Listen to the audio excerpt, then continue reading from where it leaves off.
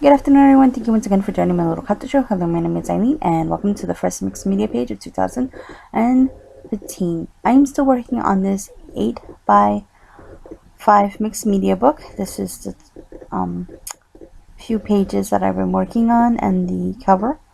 It's just a binded by ring, and this one, basically, the background was pretty much done for me.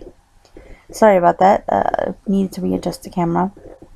Anyways, I'm using some black soot and a Stampendous stamp, mixed media stamp.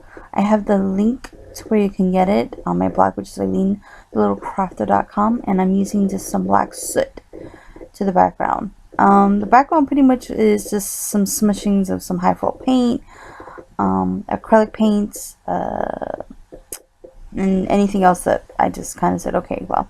Anyway, so now I'm taking some leftover holiday pieces from cards here and there, and I'm just using a 3-inch punch. It's not a perfect circle, but I thought that was pretty cool.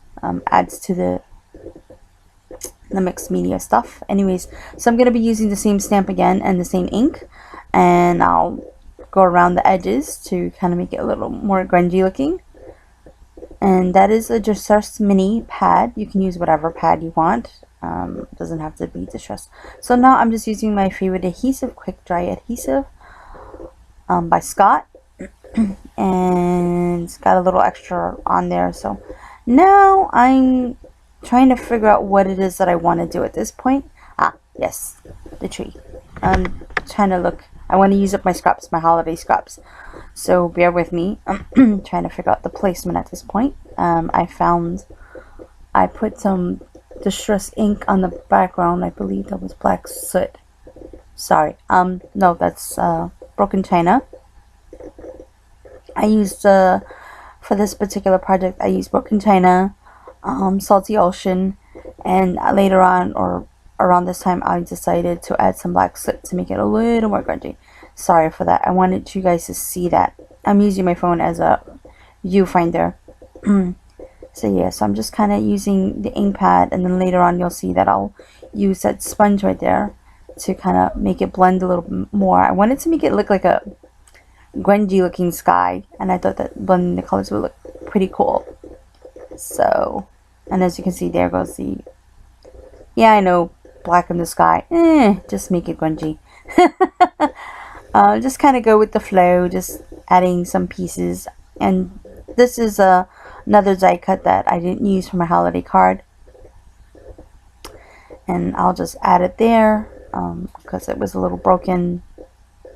And then at this point, I'm trying to figure out what it is I really want to do.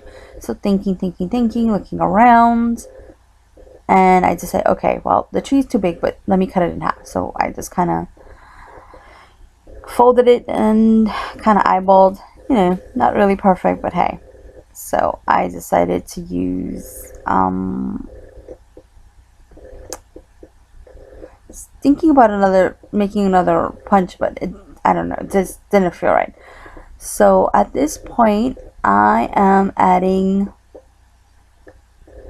oh yeah, that's the Diane Weaver or Weaver stencil, and I'm just going to be using the back bottom piece to kind of add some groundage to the tree. I first decided to use my finger, then I used a sponge.